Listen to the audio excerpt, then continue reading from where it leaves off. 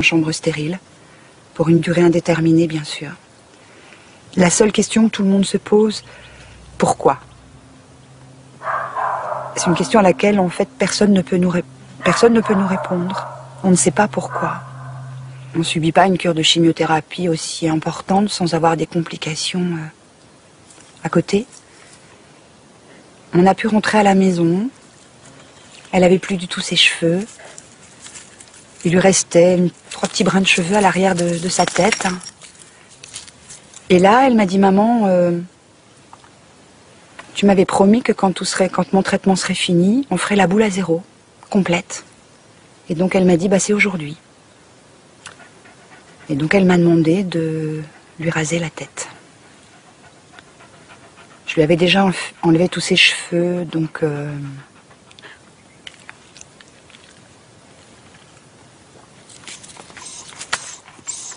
c'est encore difficile pour moi.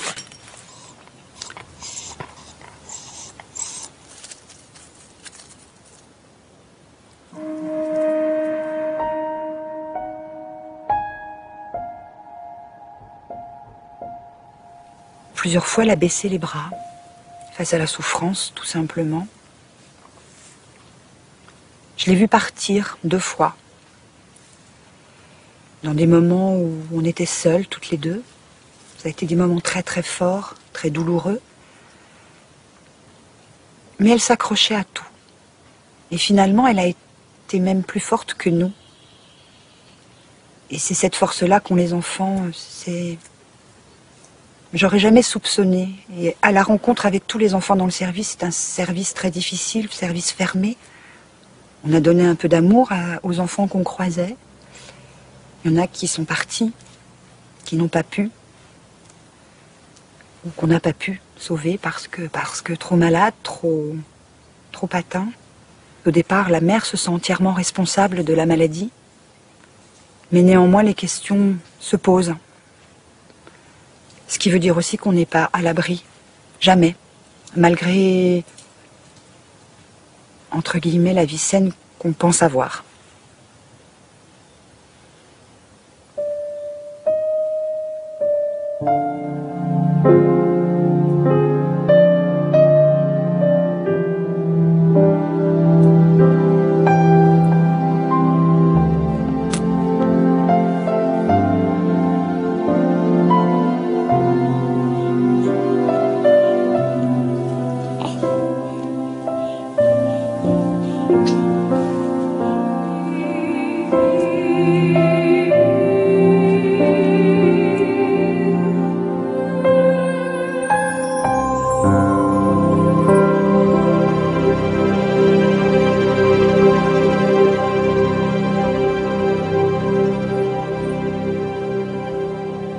Donc la conclusion des experts qui ne sont pas du tout nutritionnistes, qui ne sont pas du tout pro-bio, vous disent qu'il y a 2 mesures majeures pour réduire les gaz à effet de serre rapportés à l'alimentation. D'une part, faire évoluer le productivisme agricole vers une agriculture dite durable, pour laquelle la bio est vraiment le modèle. Et il y a encore une autre mesure qui serait encore plus efficace, c'est de réduire la consommation de viande à l'échelle de la planète. Globalement, on consomme beaucoup trop de viande. Sachez que 55% des protéines végétales qui sont produites de par le monde sont faites pour nourrir le bétail qui ensuite va nourrir l'homme. Si une partie de ces 55%, disons même pas la moitié, un bon tiers, allait directement dans l'assiette de l'homme, vous voyez que d'emblée on disposerait d'une réserve alimentaire considérable et que par conséquent pour lutter contre la faim dans le monde, on n'aura pas besoin des OGM et de ce genre de supercherie, pour rester poli.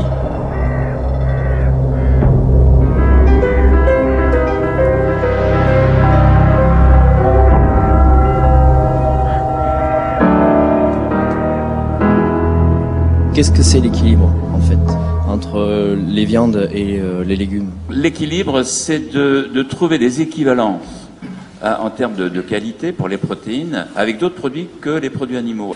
Exemple qui va vous parler tout de suite, le couscous. En précisant que le couscous des Maghrébins au jour le jour, pour des raisons économiques justement, il est végétarien, parce qu'ils n'ont pas les moyens de s'acheter des merguez ou des côtes de mouton tous les jours. Mais avec un couscous, avec de la semoule de blé complet et du pois chiche, qui est de la légumineuse, et des légumes frais de saison et tout ça, vous êtes bon. Alors aujourd'hui, on va juste ramasser les brocolis et la mâche. Ça sent? Est-ce que ça sent quand tu fais? Ça sent quoi? Ça sent le radis. Au milieu, là, C'est beau, hein? Ça va, ça coupe, hein? J'espère qu'ils seront bons. T'aimes bien le chou jamais goûté. Comment la On tire, vous allez au plus bas et vous tirez. Alors, Voilà, vous tirez, vous allez au plus bas. Hein. vous faites ici, t'aimes la mâche Avec votre ongle. On va apporter ça. Vous portez ça à Thierry pour qu'il finisse de nettoyer pour midi. D'accord? La mâche de pro, hein.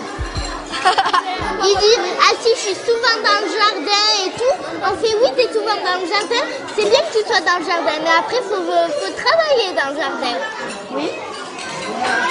Merci. Là, c'est vrai que pour nous, c'est un challenge intéressant. C'est vrai qu'il faut apprendre à travailler avec des produits, ne serait-ce que la betterave rouge. On a oublié le goût, on a oublié comment ça se cuisinait. On ne sait pas forcément que ça peut se manger cru, qu'on peut l'associer avec d'autres légumes et tout. Il faut que tu les manges, tes betteraves aussi.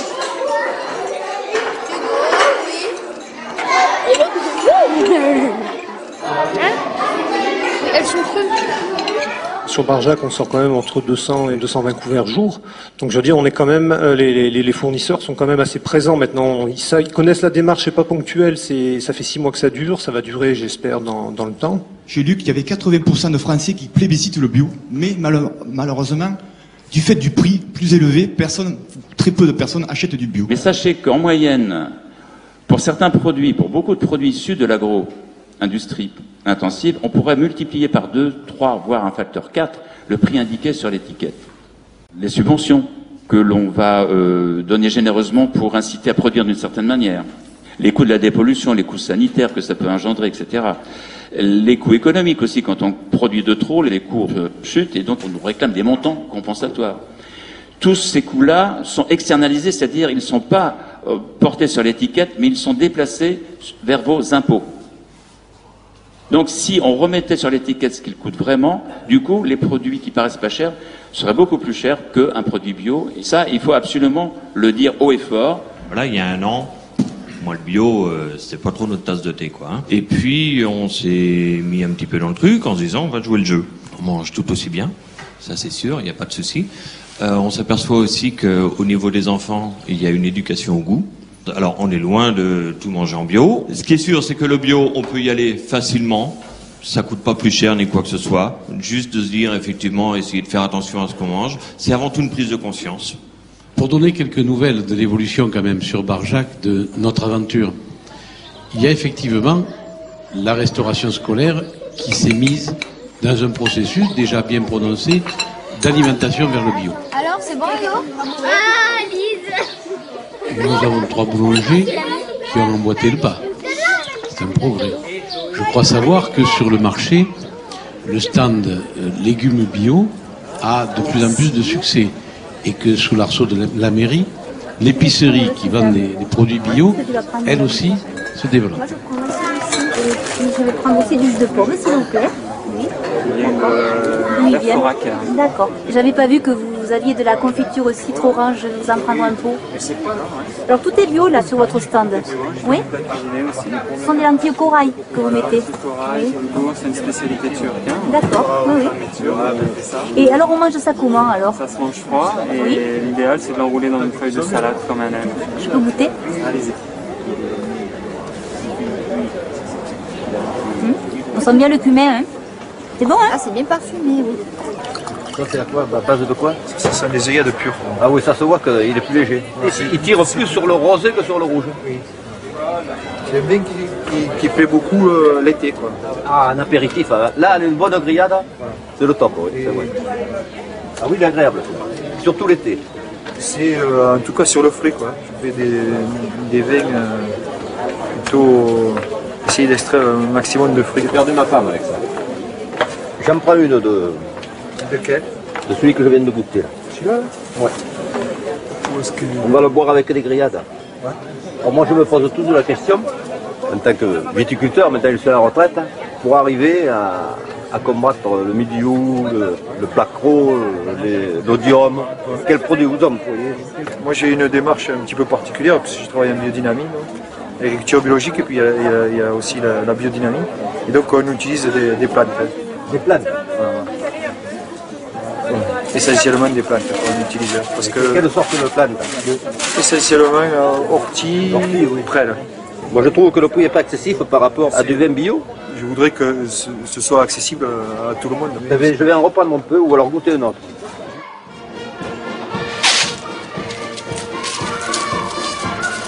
Bonjour, un peu mignon s'il vous plaît.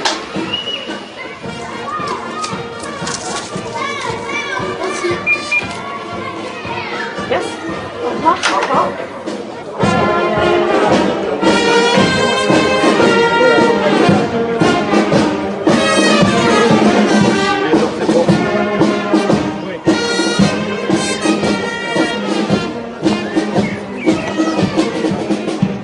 En ce 8 mai, rendons hommage à tous les soldats alliés, aux innombrables victimes des combats, de la résistance, des bombardements, de la déportation, des exécutions et des génocides. L'Union française des associations de combattants et de victimes de guerre s'emploie à transmettre aux jeunes générations le souvenir de ces événements passés, les appelant ainsi à une vigilance de tous les instants pour la défense des droits de l'homme et la préservation de la paix. Vive la France, vive la paix.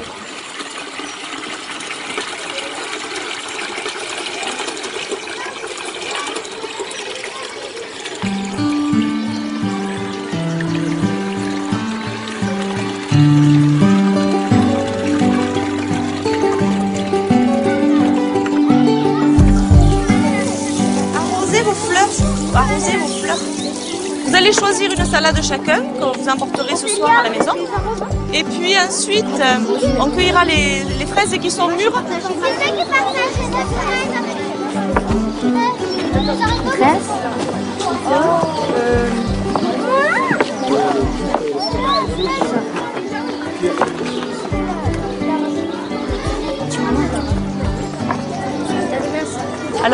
Alors Philippe?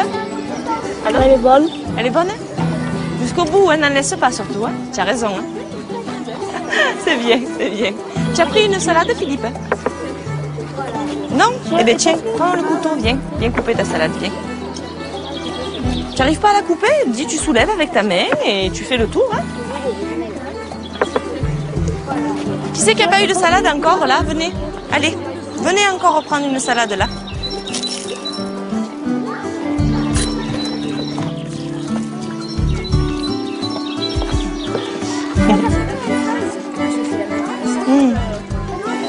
Voilà, voilà.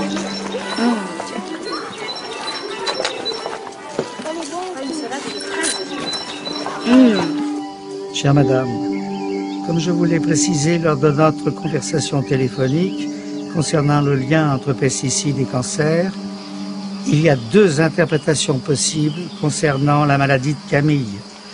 Soit les pesticides agissent directement, induisant l'apparition de la maladie, soit ils agissent indirectement, en créant une baisse des défenses immunitaires, laquelle peut favoriser la multiplication de certains virus.